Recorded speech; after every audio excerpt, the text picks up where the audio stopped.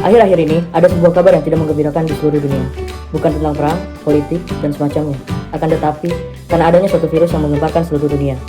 Virus ini bernama Coronavirus Disease 19 atau yang biasa kita sebut COVID-19 atau virus corona. Orang yang telah terjangkit virus ini akan dengan mudahnya menularkan ke orang di sekitarnya dengan cepat. Dikarenakan jumlah yang terkena dampak di Indonesia semakin banyak, maka pemerintahan Indonesia mengeluarkan beberapa kebijakan untuk menangani pandemi ini.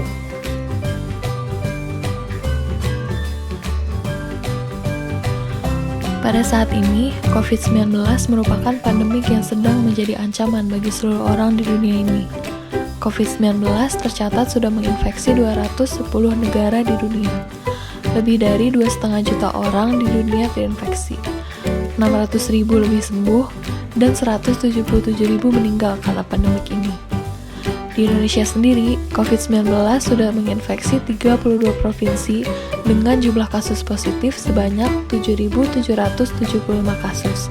Pasien sembuh 930 orang dan meninggal 647 orang. Kasus pertama positif COVID-19 di Indonesia tercatat pada tanggal 2 Maret 2020. Dan dalam kurun waktu 50 hari, kasus bertambah di angka 7.000 orang. Di Indonesia pun, pasien positif COVID-19 meningkat setiap harinya. Hal ini dapat kita simpulkan bahwa penyebaran COVID-19 di Indonesia sangatlah cepat. Kenapa sih COVID-19 di Indonesia menyebar sangat cepat? Faktor yang pertama itu karena rakyat Indonesia masih bandel untuk melakukan isolasi mandiri selama 14 hari di rumah. Mengapa harus 14 hari? 14 hari itu merupakan waktu yang dibutuhkan untuk melihat perkembangan virus di badan orang yang terinfeksi. Rantai penyebaran COVID-19 itu sangat cepat. Seperti contohnya, ada seorang pekerja kantoran yang dirumahkan selama 14 hari. Namun, pada hari kedua dia dirumahkan, dia memutuskan untuk berjalan-jalan di tempat kerumunan banyak orang. Ketika dia tetap masuk bekerja dan tidak menyadari ada virus di tubuhnya, maka virus itu akan menular kepada semua orang yang berinteraksi dengannya. Selain itu, contoh lainnya adalah ketika seseorang dari kota yang telah terinfeksi dengan tidak sadar membawa virus di tubuhnya dan pulang ke kampung halaman. Pada saat pulang ke kampung halaman tersebut, maka virus itu akan menyebar secara cepat dari orang ke orang, sehingga membuat daerah yang tadinya belum terinfeksi menjadi terinfeksi. Faktor kedua adalah pemerintah yang dinilai lambat dalam menangani hal ini. Seharusnya dari awal kasus ini menyebar, pemerintah harus menutup jalur-jalur penyebaran, seperti bandara ataupun stasiun, dengan cara menghentikan mobilisasi antar kota maupun antar negara. Kejadian-kejadian ini melatar belakangi munculnya peraturan pemerintah nomor 21 tahun 2020 tentang PSBB dalam rangka penanganan COVID-19. Apa sih PSBB itu? Dan bagaimana implementasi atau pelaksanaan kebijakan tersebut? PSBB itu sendiri merupakan singkatan dari pembatasan sosial berskala besar, atau bisa kita sebut sebagai pembatasan terhadap pergerakan orang dan barang untuk satu provinsi atau kota tertentu. PSBB ini dilakukan dengan minimal kegiatan meliputi pembatasan kegiatan pendidikan, keagamaan, tempat kerja, dan juga tempat atau fasilitas umum. Bagaimana pelaksanaan dari kebijakan PSBB tersebut? Implementasi dari kebijakan PSBB ini dapat kita lihat dari beberapa kota besar yang sudah melakukannya, seperti contohnya Jakarta dan Bandung. Dalam rangka PSBB, maka kegiatan yang mengumpulkan banyak orang akan dibatasi atau bahkan ditutup. Mobilisasi orang-orang dalam kota tersebut akan dibatasi juga, seperti orang-orang yang tidak mempunyai kepentingan dilarang untuk keluar rumah, kecuali untuk bekerja, dan itu pun harus disertai surat keterangan bekerja. Dan yang diperbolehkan adalah dalam rangka pemenuhan kebutuhan sehari-hari. Kira-kira tempat apa saja yang harus tutup dan apa saja yang boleh tetap buka ya? Yang harus tutup dan dibatasi adalah yang pertama, kegiatan resepsi pernikahan dan hitanan. Untuk menikah bisa dilakukan di KUA saja ya. Yang kedua, kegiatan berkerumun lebih dari 5 orang. Yang ketiga, kegiatan belajar mengajar. Yang keempat, kegiatan kantoran. Yang kelima, kegiatan keagamaan. Untuk kegiatan keagamaan bisa dilakukan dari rumah masing-masing loh. Yang keenam, fasilitas umum. Yang ketujuh, makan di restoran. Nah, beli makanannya boleh, tapi makannya tetap di rumah ya.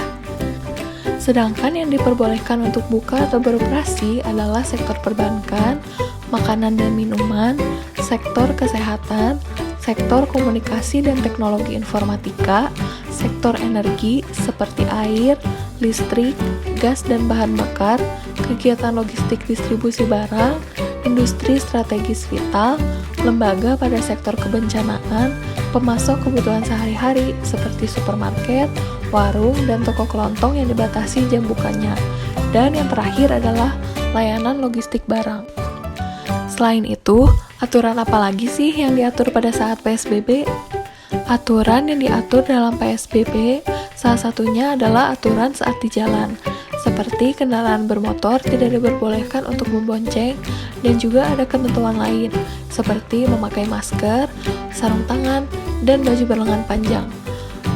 Tidak hanya untuk kendaraan bermotor, untuk mobil juga ada ketentuannya loh. Salah satunya adalah duduknya itu harus berjarak dan tidak boleh berdampingan. Bagaimana cara untuk memastikan itu semua dilakukan oleh masyarakat? Dalam pelaksanaan PSBB disediakan beberapa checkpoint dalam kota ataupun pada perbatasan kota. Jadi dalam PSBB tersebut dilakukan pengawasan yang sangat ketat oleh aparat yang bertanggung jawab, seperti polisi, dinas perhubungan, ataupun TNI.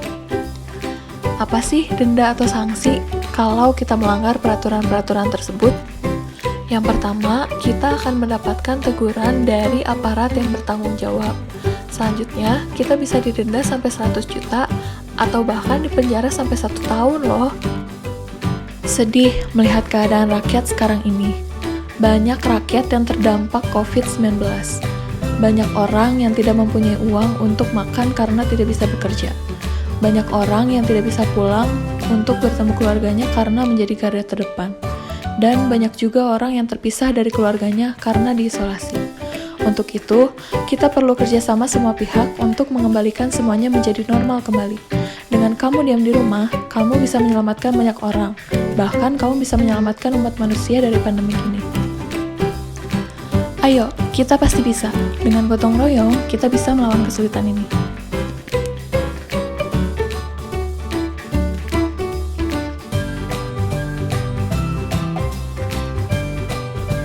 Jadi, ada 2 faktor yang menyebabkan persebarannya sangat cepat di Indonesia. Yang pertama itu karena kurang patuhnya masyarakat terhadap anjuran pemerintah dalam melaksanakan isolasi mandiri selama 14 hari. Dan yang kedua, lambatnya respon pemerintah dalam menangani COVID-19 ini, sehingga pemerintah mengeluarkan kebijakan berupa peraturan pemerintah nomor 21 tahun 2020 tentang PSBB dalam rangka menangani COVID-19 ini. PSBB sendiri merupakan singkatan dari pembatasan sosial berskala besar. Dalam rangka ini jadi ada kegiatan-kegiatan di masyarakat yang dibatasi, bahkan hingga diberhentikan. Sangat sedih bukan melihat kondisi Indonesia sekarang ini? Maka dari itu perlu kerjasama dari semua masyarakat di Indonesia agar pandemi ini bisa berakhir dan kondisi Indonesia bisa normal lagi. Seperti yang kita tahu, bahwa dalam menyelesaikan masalah corona ini harus ada hubungan sinergis antara pemerintah dan masyarakat. Begitu pula seperti yang sudah dikeluarkan pemerintah dalam peraturan pemerintah nomor 21 tahun 2020 mengenai PSBB. Masyarakat pun di sini harus bisa ikut andil dalam memerangi masalah COVID-19 ini. Masyarakat harus bisa mengikuti, mematuhi, dan melaksanakan kebijakan-kebijakan yang dilakukan oleh pemerintah. Agar kebijakan-kebijakan yang dilakukan oleh pemerintah bisa maksimal kita terapkan untuk memerangi pandemi corona ini.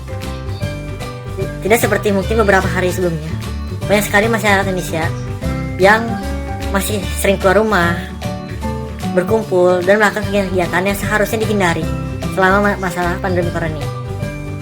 Maka dari itu pesan kami pun kepada masyarakat agar bisa selalu mengikuti kebijakan-kebijakan yang diterapkan oleh pemerintah agar kita bersama bisa maksimal menghentikan masalah pandemi corona ini bersama-sama.